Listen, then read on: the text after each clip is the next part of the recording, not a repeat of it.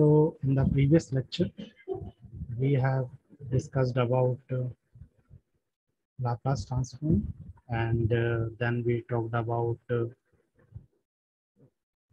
transfer function of different system and how those transfer function can be used in order to define the system's behavior, also the stability of the system. In today's lecture, we will discuss about transient and steady state response of first order systems, specifically first order system. Okay, in the next lecture we will move to the second order system, but for today's lecture we will focus on first order systems and their response for different types of input signals. Now, first of all, introduction to transient and steady state response. In analyzing and designing control systems, we must have some basis actually in order to compare performance of various control systems. For example, if you design control system 1, control system 2, control system 3, so on what basis you will compare those control systems in order to find out the suitable control system. The basis, that basis may be set up by specifying particular test input signals and by comparing the response of various systems to these input signals. Means how we can compare? We supply some particular test input signals. Okay. For example, we apply a step signal to all the three designed systems and we compare their responses for a particular input signal, and the control system which is showing the better response, that can be selected. Many design criteria are based on response of such test signals. Okay, means whenever we design control system, so generally we use this basis. We use this basis in which we see the response of the system for this given test signals, or on the basis of changing the initial condition. Without giving any test signal, we can change the initial condition, same initial condition, to different control system, and then we analyze their output response. Typical test signals include like steps function, ramp function, impulse function, sinusoidal function, and so on. Generally, it is desirable to check your system against a step function or step input signal, because this step signal is sufficient drastic, and if a system can withstand against this step signal, its response will be satisfactory for other signals as well. Okay, and another important reason to use the step function as a test signal, because it is a very simple function. Okay, and sufficient enough to analyze a system. Simple and sufficient, that is step input signal. Now come to transient response. Okay, when you give some input to the system, there will be some response, as we discussed, and that response can have two parts: transient and steady state response. So what I mean by the transient response means the manner that in that manner it goes from initial state to the final state. That is called transient response. And steady state response means the manner in which the system output behaves as time approaches infinity. Understand? Means I apply some input to my system. I get some response from the system. that response will be having two parts. First one is transient, when it is not settled down. That is transient.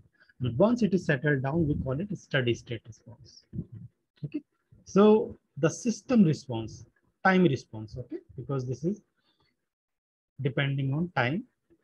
So system time response is given by two responses, transient response and the steady state response. Here we can understand this thing.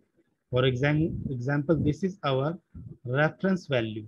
Okay, reference signal or desired value at which we want to get settled our output or response. Okay, so this is my response with respect to time.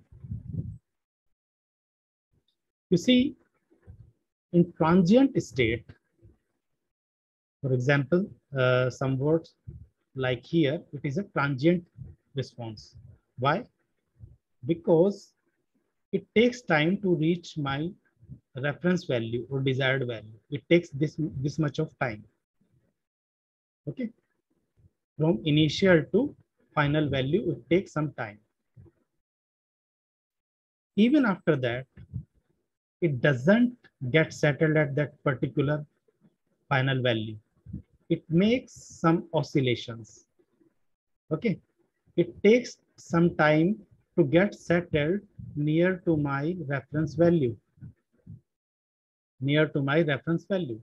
And after some time, these oscillations decays, and at one point these oscillations die, and your final value of your response, it settles nearby the reference signal. For example, this is my reference line and this is my response line. Okay, this is my response line and this is my reference line. Even the system response is settled, but still it may not have the same value as my desired value. There is some error, and this error is called steady state error. Okay, so response has two parts. First one is transient response and second one is steady state response. And this steady state response, this is my steady state response, it may have some steady state error. So three important points I talked about. Transient response. Okay, transient response is the response for which the system takes time in order to get settled near to the reference value. And once it is settled down, we call it a steady state response. Means time approaches to infinity, but still the response is steady state, in steady state, without negligible oscillation. Okay, and there may be little bit of steady state error. Since a physical control systems, okay, it is important why this transient response occurs. Okay, why the system doesn't go directly to the final value and get settled.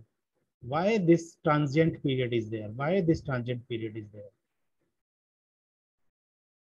Any physical control system involves energy storage. Energy is there. It will store some energy. Before reacting, it will store some energy. The output of the system, when subjected to an input, cannot follow the input immediately, but exhibits a transient response before a steady state can be reached. You understand? Every system absorbs energy. Why it absorbs energy? Because it is having some inertia. Okay. Suppose you push a table, you apply some force, the table will not move. You keep on applying that force, after some time this table will move. And where that initial energy goes, which you applied earlier, but table didn't move, where that energy went, it is absorbed by the table because it is having some inertia, and that is your transient period because it stores that energy before reacting to that applied input. And that period of time is known as transient period. And after that, it comes to the steady state value. Say, I can say my table is moving at 1 meter per second speed or 1 kilometer per second speed. Okay. Initially, it doesn't go from 0 to 1 kilometer per second. You can take an example of a car. Okay. You apply torque on the car in order to obtain a velocity of 20 kilometers per hour. But it will not go from 0 to 20 kilometers per hour in 1 second. It will take some time. Okay, that is the transient time because it will continuously increase from 0 to 20 kilometers per hour. Once it is 20 kilometers per hour, it will get settled. That is your steady state. Now come to this point, steady state error. If the output of a system at a steady state does not exactly agree with the input, the system is said to have steady state error. You understand? Means I applied torque corresponding to 20 kilometers per hour speed of car, but it doesn't get settled at 20 kilometers per hour. Maybe it will be settled at 19.5 kilometers per hour. And that 0.5 error is your steady state error. And this error is basically indicative of the accuracy of your design control system. If your control system is good enough, then this error will be minimum. Okay. The control system will try to minimize or will try to make it zero, this error. Okay. That is the accuracy of a control system. So in analyzing a control system, we must examine transient response behavior and steady state behavior. Okay. In steady state behavior, what we check?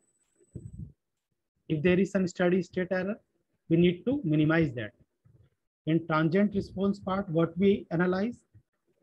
We try to reduce those oscillations because this transient response of a practical control system often exhibits damped oscillation before reaching a steady state. Okay? So there will be many oscillations. So when we are dealing with transient response, we try to minimize those oscillations because those oscillations can damage your system. Okay? And when we analyze your steady state behavior, we try to minimize steady state error. Now, first we start analyzing first order system. Generally in dynamic system, we deal with second order systems. Okay. Second order, first order, what I mean by second order, first order means first derivative, and second order means equation, the highest derivative on the equation when you have second order, okay, like d2y by dxt. So first we start with the first order system. Let's try to understand this. This is the transfer function between CS and ES. We give some input ES, we get some output CS. Okay, this is my system transfer function 1 upon TS. In Laplace domain, always we have S. Okay, we have already discussed in the previous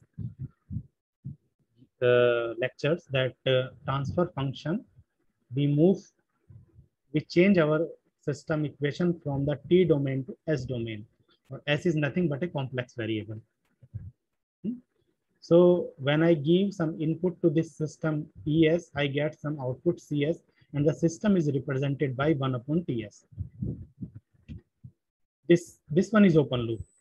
In closed loop, we add a summation block here. And for example, this is my reference input. And this is the output which I am getting from the system. We compare this reference input with the output, so we get some error. Error is basically R minus C. Okay, this error is your R minus C, because here this RS is plus and this CS is minus, and which is applied on the system, and you get your output CS. So overall transfer function for the closed loop system, because this part is only open loop, CS over ES, but overall closed loop transfer function will be between CS and RS. CS and RS. So we want final transfer function between output C, okay, output C and input R, okay, output C and input R. So we can reduce this block diagram, because there are some set of rules to reduce block diagram. When you have two transfer functions G1 and G2 in series, you can simply multiply them. If you have two transfer functions in parallel, G1, G2, you can simply add them. Okay, if it is minus here, so you can do it like G1 minus G2. Okay, like summation, algebraic sum. In case you have feedback loop in your system. Okay, for example, this is your simple open loop system, and then you add this feedback loop here. So this feedback loop can be reduced easily using this function between CS and RS. Okay, output your CS, RS is input. So it will be GS divided by 1 plus GS HS. Okay, in case this feedback loop is 1, then HS will be equal to 1. Simple. So using this method of reduction, we reduce this system to this one, okay, between CS and RS. So it will be 1 upon TS plus 1. Okay, because what we did, we put GS is nothing but 1 upon TS. Okay, 1 upon TS divided by 1 plus 1 upon TS. HS is equals to 1. So multiplied by 1. And when you solve this expression, you get your transfer function 1 upon TS plus 1. Okay. So final transfer function CS over RS is equals to 1 upon TS plus 1. So this is our first order system. Okay. Why it is first order? Because we are having only S here. If it is S square, that would be a second order system. Okay. Here it is first order system. Now we will analyze the first order system response for different inputs such as unit step, unit ramp, unit impulse. The initial conditions are assumed to be 0. As you know, when we obtain the Laplace transform, or we have some initial conditions, but when that Laplace transform is used in order to obtain transfer function, all the initial conditions are assumed to be 0, isn't it? Okay. So first we start with the unit step response of a first order system. Okay. Step means we are applying the step input, and that step input is specifically unit step, means the value of a is 1, because we have already discussed this thing. I'm not going to repeat all these functions, step, ramp, in previous lectures we studied. So step we apply, but specifically we apply unit step.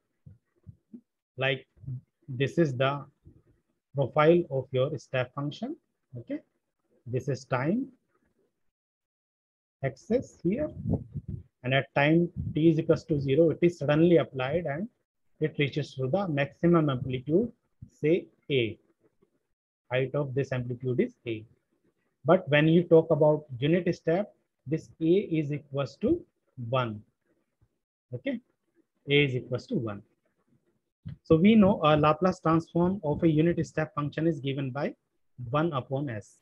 Okay, if a is there, then it will be a upon s, but because a is equals to 1 in unit step, so 1 upon s. So your input is rs is equals to 1 upon s. So cs is equals to 1 upon ts multiplied by rs, which is 1 upon s. So this is your cs function.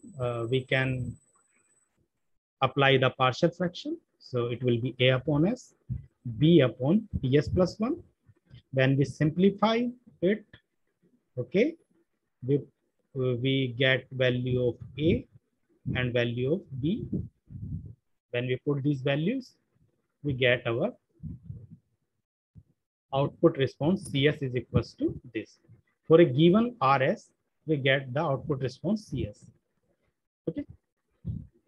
Further, we can simplify it 1 upon s, 1 upon s plus 1 upon t. We divide this expression by t in numerator and denominator, by t here and divide by t here.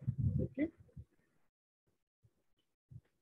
Now we can directly take the Laplace inverse. Laplace inverse of this cs is equals to Laplace inverse of 1 upon s minus Laplace inverse of 1 upon s plus 1 upon t. As we know, it is the formula. You must remember that Laplace inverse of capital A upon s minus a is equal to capital A e into e raised to the power at. Okay. Laplace inverse of 1 upon s is 1. You know very well. Okay. And for this thing, you can use this formula. Capital A. Okay. Capital A is your numerator, which is 1 here. So it is 1 here. E raised to the power small a. Small a is this a. Okay. So this a is our 1 upon t. Okay. Since here we have plus, so it will be a minus here, 1 upon t into t. Or t is equals to greater than or equal to 0. So this is the response, time response of a first order system for the given unit step. So you can check this response when you put the value of t is equals to 0. What will happen when we put t is equal to 0 in this equation? We get 0. When we put t is equals to infinity in this equation, we get 1. Okay. And when we put t is equals to t, okay, when we put t is equals to t in this equation, what we get? We get 0.632. That is, t is equals to t, response reaches 63.2% of the total change. Total change is how much? 0 to 1. Because when time is 0, it go to 0. When time is infinity, means maximum time, it reaches to 1. So it varies between 0 to 1. And when you put t is equals to t, it reaches 0.63. Means that will be 63.2% of the total value 1. Okay. Now you can look at this thing, 1 minus e raised to the power minus t upon t. It is your response for the first order system with unit step, and it varies from 0 to 1. Okay. So since it is an exponential curve. Okay. So it will start when t is equals to 0, and when t is equals to infinity. At t is equals to 0, it is 0.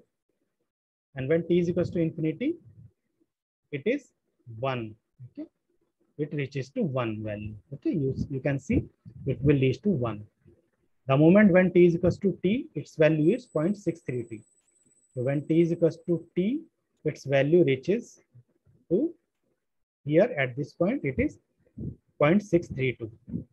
Similarly, when you put t is equals to 2t, this value will be 0.865 at this point.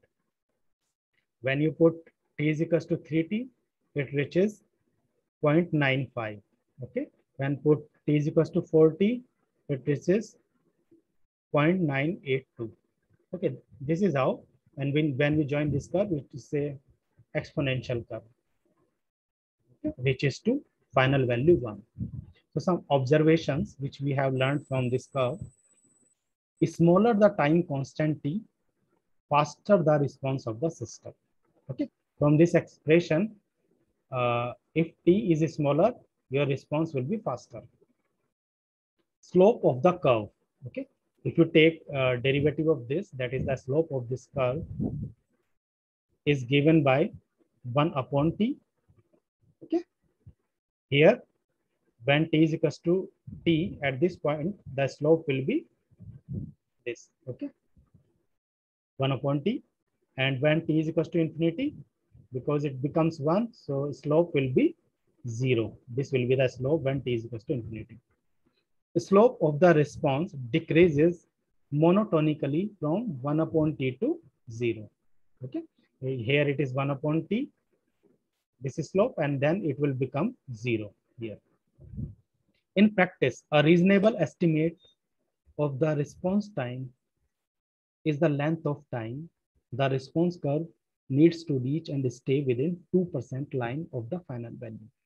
Okay. Since, as we know, when it will reach to 1, when time will be infinity, but we cannot measure infinity. So generally it is assumed when your response reaches to 98%, that is acceptable. 98% of the final value. So around here, we can say our response reached to the final value.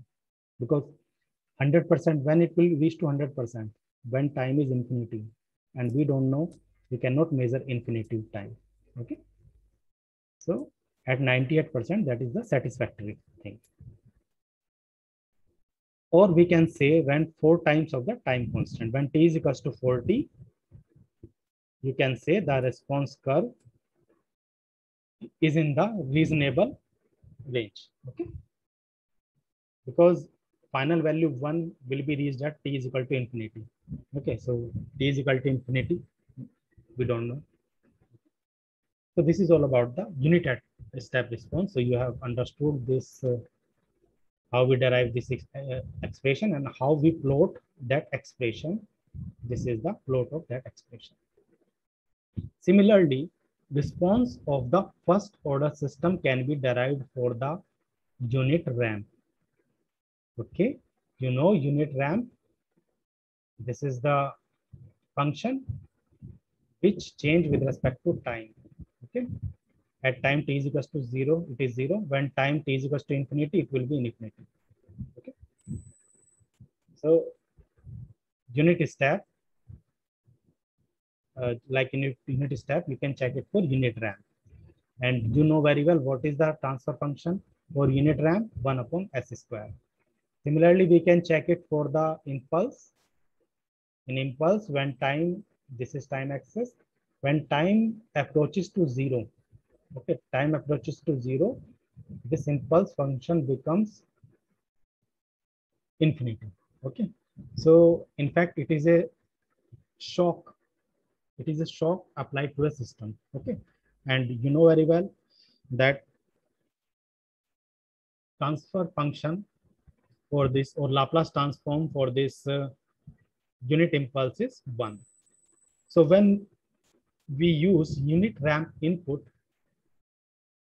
and the system is applied with unit ramp input, the response of this first order system will be given by this expression. You can derive it simply as we did for the ramp response. What you have to do, this RS when it will come here, this RS will be equal to 1 upon S square. Okay, RS will be equal to 1 upon S square. Okay, everything will be same, just this S will become the S square. Okay, and you can derive the expression, and the final expression will be this one. When you put C is equals to 0, it will be 0. This response will be 0. When you put C is equals to infinity, this response will be infinity.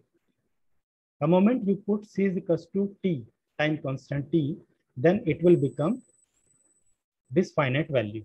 Okay, so you can see that response varies between 0 to infinity. In the previous one, if you look, that response varied from 0 to 1, but here it varies from 0 to infinity. It should be, because your ramp input is also varying from 0 to infinity. Time reaches to infinity, this ramp input reaches to infinity. Similarly, your response will behave. So like this is an exponential function, so it will be like this. Okay, and this line is your reference ramp input. Okay, this is your reference ramp input RT, and this CT line is your response. Indeed, there will be some steady state error, and this steady state error, in case of the ramp response of first order system, will be equals to time constant T. Okay. Now third one is unit impulse input.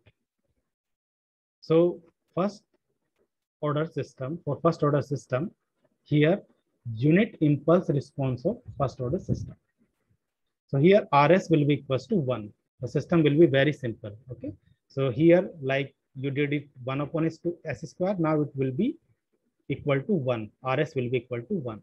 And now you solve this equation. So final expression output will be CT is equals to 1 upon T e raised to the power minus T upon capital T. When you put C is equals to 0, initial value is 1 upon T. And final value when C is equals to infinity, that is 0. And when you put this time constant C is equals to T, then you will be having some finite value. So what you learned from here, that system varies, output response varies from 1 upon T to 0, between 1 upon T to 0. Okay, so when it is 1 upon T, when time is T is equals to 0, the value is 1 upon T. When time reaches to infinity, this response becomes 0.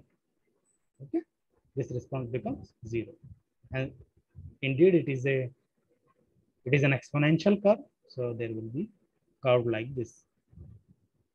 Okay, when you put this value, you get this finite value. For time T is equals to T, you get this finite value, and when you join these points, you will be having this curve. Okay. So these are responses for different types of inputs. So suppose you have 3 or 4 or any number, n number of control systems you designed, 1, 2, 3, 4, 5, and you want to compare which one is better. You apply same type of input signal to those control systems and check their behavior, output behavior. Okay, output behavior, which one is suitable for you for that particular application, and you can select the best one. Clear?